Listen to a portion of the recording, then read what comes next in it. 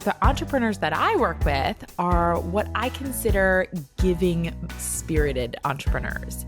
They value being generous. They identify as givers. And when you don't know how to properly incorporate giving, the practice of giving when it comes to money, into your habits, that usually leaves you in one of two places. Welcome to Sincerely Future You, a podcast that helps ambitious women like you make decisions today with the future you in mind. Hi, Hapsters. We are, as I'm recording this, we're in the middle of enrolling Hapsters, and I am just loving it. I love to see my clients take leaps. And I just always put myself back in that position before I invested in the biggest life-changing programs of my life, whether it was in life coach school certification or in my 200K mastermind or way back just in my very first coach. And I've talked about this in several different points in the podcast, but I think that something changes within you when you invest in yourself in an amount that you've never invested before. And I want to offer you that whatever that is, whether or not you are hiring a coach or whether you're investing in your business in some big way, financially spending money and making that transaction, it changes your self-concept because your brain is required to believe in you in that dollar amount, or at least believes in the possibility of that dollar amount coming back to you in value. And there is nothing more special than you expanding your capacity, whether it is, like I said, via coaching or via some other pursuit. So to everyone that has already taken that leap, congratulations. To those of you who this is like so obvious and it's second nature to you, and this doesn't even feel like a leap yet, get ready, because after happening sessions, we will be working on happening sessions 2.0, which name is unclear yet, but probably the Masterful CEO School for those of you who are scaling past multiple six figures and more to the seven-figure range. So that's on the horizon at some point. And again, I just wanted to commend those of you, and those of you who haven't done it yet, I really want to ask you how you believe, if you want to get to the next level of your capacity, how you believe you're going to get there if you're not willing to prove with your money that you believe in yourself. Right? Because our thoughts and our beliefs create our results, not the other way around. So if you're looking for your results to accidentally give you permission to believe that you can do this and you can invest in yourself and you could take a risk, it's not going to happen. It has to go the other way around. All right? So I wanted to offer that for you. Now let's talk about giving. There are 6 ways of engaging with money that I teach. It's earning, spending, saving, investing, having, and giving. And the one we're going to talk about today, it's often the one people tell me that they find the trickiest to master, and that's giving. So the entrepreneurs that I work with are what I consider giving spirited entrepreneurs. They value being generous. They identify as givers. And when you don't know how to properly incorporate giving, the practice of giving when it comes to money, into your habits, that usually leaves you in one of two places. Number one, you end up overgiving. So this is giving away the business. It's giving at the expense of yourself. It's giving out of obligation. For example, if you're constantly discounting things or giving free products or services to friends and family without a clear policy for friends and family, or if you're giving as a form of people pleasing, for example, if you're giving in a way that's out of alignment simply because someone asked, or because you want to be perceived as generous, or more likely, you don't want to be perceived as selfish. Overgivers might be labeled as a bleeding heart. And notice that when you're a profitable CEO that gives regularly from your profit, you're never labeled that way as a bleeding heart. Isn't this so interesting? So we can off the bat eliminate any thoughts about the amount of money that we're giving or the consistency at which you're giving, creating the feeling of mastery versus insufficiency in your body. Instead, we want to cultivate the practice of giving in a way that aligns with the other 5 ways of engaging with money. The other way that I see people showing up in this area, if they are not properly incorporating giving, is that they're undergiving. So either they're overgiving or undergiving. Undergiving is when people desire to give, but they feel resentful and ashamed when giving opportunities present themselves because they are not clear on the math of their business. So they avoid giving opportunities or they make lots of excuses. And it can come off as very defensive. You'll know if this is you. You have maybe sloppy money management and never enough left over to give in the way that you would love to give. So if and when you do give, it's always random and emotional giving, right? It's what I call close your eyes and cross your fingers giving. Like, okay, I'm just going to do this because I feel like I really, really want to, and I want you to have this, but I'm not sure if it's good for my business or my bank account. Or easier to remember it, I call it fuck it giving. Like, fuck it. All right, here, take my money. It's okay. Now, the first step in increasing your giving capacity as an entrepreneur is to mentally connect your giving with the other 5 ways of money management. So I'm going to give you 7 thoughts of mine that you can borrow about giving. Number 1, and these thoughts, before I start, these thoughts might help you feel more generous and giving before you even change a dollar that you've given, because you might already be giving, but in a way that you're not recognizing. Thought number 1, the more money I earn, the more I can give.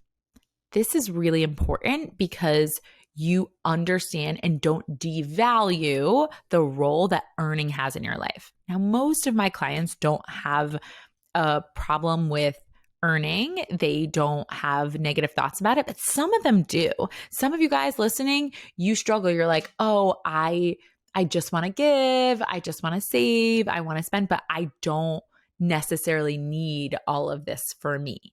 Now, I want you to detach having from earning. Now, I think having is very important too, but that's not the podcast episode today. But earning allows you to give more. So we always want to be increasing our capacity in all areas of money so that we can increase our capacity to do one of the other things. Okay. The second thought is I love to spend money to give money to companies, makers, and business owners that share my values. So I'm always thinking about how I can spend in a way that makes me feel generous. For example, I like to get to know business owners, like at establishments and restaurants of my choice. So for example, my favorite restaurant is Two Spring. Mark and I got married there. And that felt very generous. I know when COVID hit, I thought so much about the owners of restaurants in my neighborhood, the people that, their whole livelihood was wrapped up in something that we couldn't all go to. So Mark and I were always thinking, how can we support our local businesses? And we did takeout from a restaurant that typically the type of food that you're ordering, like steak or like raw fish, didn't really make sense to order, but we didn't want this business to go under. And we felt very generous spending money during this time when a lot of people weren't spending, right? So especially in a recession, I love that. Okay. So, like I said, I love to give to companies, makers, and business owners, including my clients, right? All women business owners. So when the holidays are coming up right now, you can think about this right now. How can you spend money for the holidays, money that you were already planning to spend to support and give to a small business owner or to a business owner that you want to support or to an organization that you want to support. How can you double dip there? I love it. Number 3, I love contributing to our economy by spending. I feel generous when I consume in a way that feels aligned with me. And here I said, especially during a recession. It's so funny because the word recession that keeps coming up. I keep hearing people like in the chatter, like maybe there's a recession coming. I don't have too many thoughts about it, mostly because I'm constantly looking at the math and I don't believe that the circumstance of how the world is doing is what creates my results. I always believe that that comes from value. And I believe that what I'm offering is always valuable. My thought actually about a recession is that coaching is the most valuable when other people are spun out and the world seems to think that we're kind of getting more in scarcity. I think that coaching becomes more valuable for people to understand that scarcity is something that they create in their brain. So I love to spend during a recession because I'm not worried that I'm going to overspend and I'm not worried that I'm not going to be able to earn, right? So I love to contribute to our economy by spending. Number 4 is I love investing in women-owned businesses that inspire me and make an impact. This type of giving gives back tenfold. So I'm constantly looking for businesses that their mission and their values are very aligned with me, and I give them all my money. Like I will spend and invest in businesses that I think share my values, because a lot of the time I care about a mission or I care about like, for example, the environment. I care a lot about the environment. However, I don't spend a lot of my calendar week, fighting the good fight as I may have when I was younger. When I was in college, I went to the Copenhagen Climate Change Convention as a delegate from Northeastern University.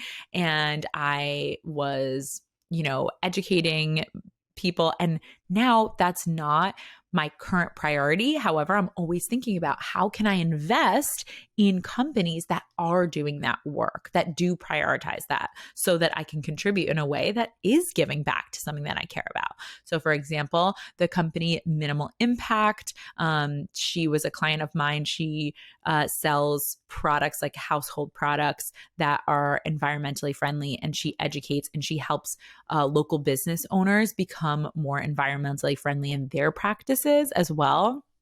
So amazing. You should definitely check her out. And then also, I think it's Impact Minimal actually on Instagram. And then I'll make sure to loop it in the show notes. And then also Beauty Counter is a makeup company that I support, and they are very conscious about the environment. So how can you invest in a way that feels generous to either the causes or generous literally financially to the people that share your values? Number 5, I love saving for my future so I can leave a legacy for my family and give back to causes in an impactful way. Causes that may become dear to me or my loved ones in the future. So I love saving for my future because in the future, I may have a problem or a desire to give that I don't currently have right now. I think that's a really interesting one. When I think back and I think about right now I care about giving my money to things that benefit my community because it will benefit my children. And I didn't care about that aspect of my community in the past because I didn't have children. It just wasn't where my brain went. I cared more politically about other things, right? And so it's really interesting to, when I think about saving for my future, I think about it in a generous way. And I think about leaving a legacy for my family. So that is giving when I'm saving, because I'm giving to my family. I'm giving in the future. So fun. And yesterday, I sponsored my executive assistant Janelle's daughter in cheerleading, and I was able to do that. 2 days ago, I donated to a Kickstarter project that Asha Daya was doing for on the reproductive rights of women, and I think that it's so important, this film and this work that she was doing, and I was able to donate in a generous way there.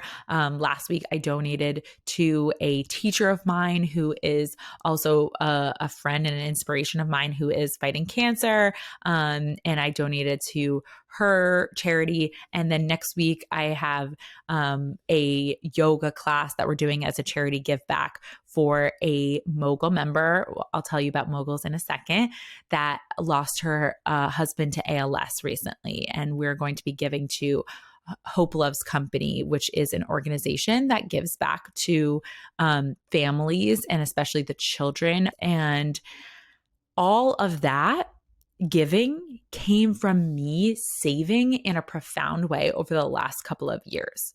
And I did not in the past think about saving as giving. So I was less likely to save in the past. Does this make sense to you? Same thing with earning. If you do not think of the attachment that earning has to your capacity to give, you are less likely to prioritize earning. Okay? So just see how all of this is linked. The sixth thought I have for you is the more money I earn, the greater possibility others will see in themselves. Ooh, this one is so important and it's so true. It's why yesterday I shared that I made $10,000 in my sleep. I think that sounds kind of crazy. I think a couple of years ago, I might have thought that someone was just sharing that to sound important. And I know because my inspirations and my mentors, them being so transparent about what they're earning, made me believe that it was possible for me. And when I do that, when the more money I earn and the more I share about what I'm earning, it's giving, and I'm giving possibility, especially to other moms, especially to other single moms when I was a single mom and when I made some of the biggest jumps in my earning. And just to women in general. By earning, I'm giving permission, possibility, and a path for others to do the same. And then finally, the final thought is giving and receiving are two sides of the same coin. Ooh, think about that one, right? If you are giving, you are also going to receive in some way. So when my clients give me money, they are receiving back the value and the knowledge and the coaching that's going to help them create more time and money and mindset peace in their business. Okay. And it's the same thing with any sort of transaction. And if you struggle with receiving, I want you to offer that you're robbing someone else. I want to offer you that you're robbing someone else of their opportunity to give to you. When you think of giving and receiving as two sides of the same coin, you can open yourself up to doing both more frequently and more willingly. I feel so passionate about that last one, so much so that I co-founded an organization based on it. So you can check out Moguls of Infinite Opportunity. I've mentioned it in a handful of episodes here, but I'll link it in the show notes as well. You can go to mogulsofinfiniteopportunity.com, or you can check us out on Instagram at moguls_of_infinite_opportunity, all the underscores. And this is where we support women-owned businesses, and not just their businesses financially and also educationally, but the humans behind this business. That's where we're doing that giving event for one of our members who had lost her husband to ALS, because there are humans running these businesses. You are a CEO, and if your kid gets sick, or if you get sick, or your husband gets sick, or your wife gets sick, or you are in some way you're grieving and you have to take a step back, you shouldn't feel like your business is a burden to you. And I want to support people in that way. So that's what Moguls of Infinite Opportunity does. And if this episode really resonates with you, you might want to check out joining. Okay. enough of that shameless plug, even though I really think this organization is so huge. I have a couple of more things. So, number one, I got a question from you guys, from the audience, which is, how do you get more consistent with giving if you're just starting out? Because I really do believe giving is not something that you have to be rich to do, nor is it something that we ever do at the expense of ourselves. Okay. So you don't have to give a lot in order to give consistently. And part of that is about budgeting. So, and the other part of it is about policies. So I'm going to give you an example of a client of mine who had a physical shop where people were coming in all the time asking her to donate. She's also a very generous person, someone that is giving spirited, but she was starting to feel like she was over giving, and she was. And then it would be, she'd toggle back and forth between over giving and under giving. And part of it was because she didn't know how much she wanted to give. So I implore all of you guys to incorporate a giving budget. If you do not decide in advance how much you want to give, most likely you're going to end up over giving or under giving based on how you feel in the moment. And there's nothing wrong with, giving from your heart and giving from your emotions, but it will feel so much more aligned if you know that when you're not giving at the expense of another priority of yours, because that you also could be giving to, right? So I love to give within my budget. You can start out with even just $10 a month, and you say, this is what I'm going to do as my giving, or, you could put it at 25 or 50 or whatever it is. I started out, when I first put it in my budget, I budget using You Need a Budget. I had it as a line item in Just for Fun parent category, which was donations, and I had it at $50.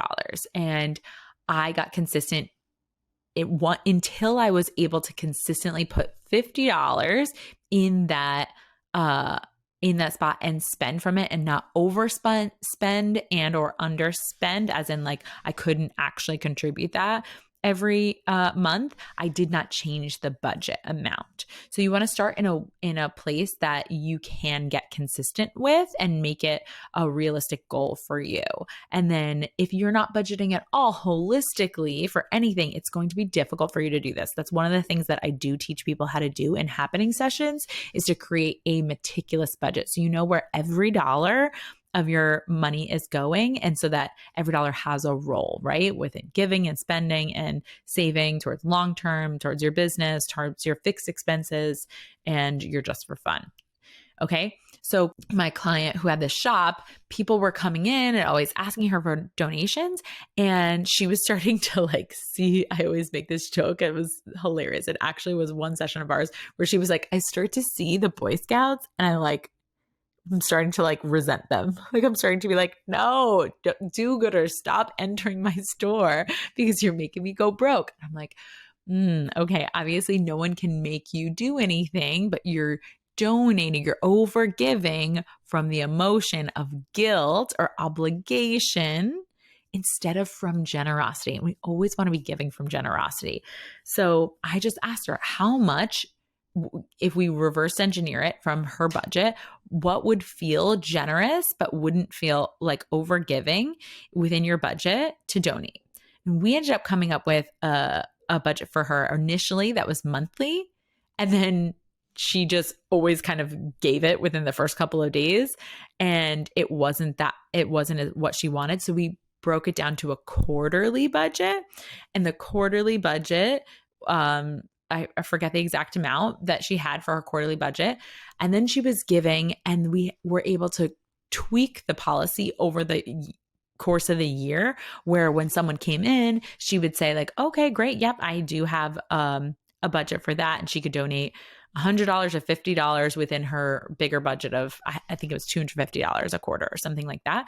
And then she realized, certain donations didn't feel good. Maybe she didn't want to just be giving cash donations, and she wanted to be giving gift baskets because she had a product-based business, and that felt more aligned with her, and also with her mission of helping people come to know her product and come to love her product. She's a florist. She had amazing gift baskets. And so she was like, oh, I feel so much better donating these gift baskets. So we said, oh, she could donate $250 worth of product and or gift cards.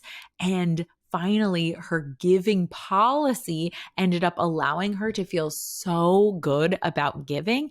And when she constrained and when there was no more money left in the budget that quarter, she would be able to say very neutrally, our giving budget, our donations budget for the quarter has already been allocated. But if you come back in April, I will be able to contribute. And they'd say, okay, great. And then she felt very aligned because she knew she had been very generous and up to the amount that she wanted to be generous. And she also felt great, like she was operating as a masterful CEO, which is so important. So for those of you who are wondering how to get more consistent with giving, number one, come up with your giving budget. And in general, I implore you to create a holistic budget for all of your money. But if you want to just start with how much money you want to donate per month or per quarter. And then number two, create a policies that feel good to you. So what kind of giving do you want to do if this applies to you, right? Do you want to only give to things that have to do with your children, or you want to be able to give, but only in a way that has to do with your business, right? You'll find the policies that work for you. But if you don't have any policies, it'll end up getting away from you. All right, you guys. So before I leave you, I just have 4 goals so that you can make sure that you're giving in a way that always stays aligned.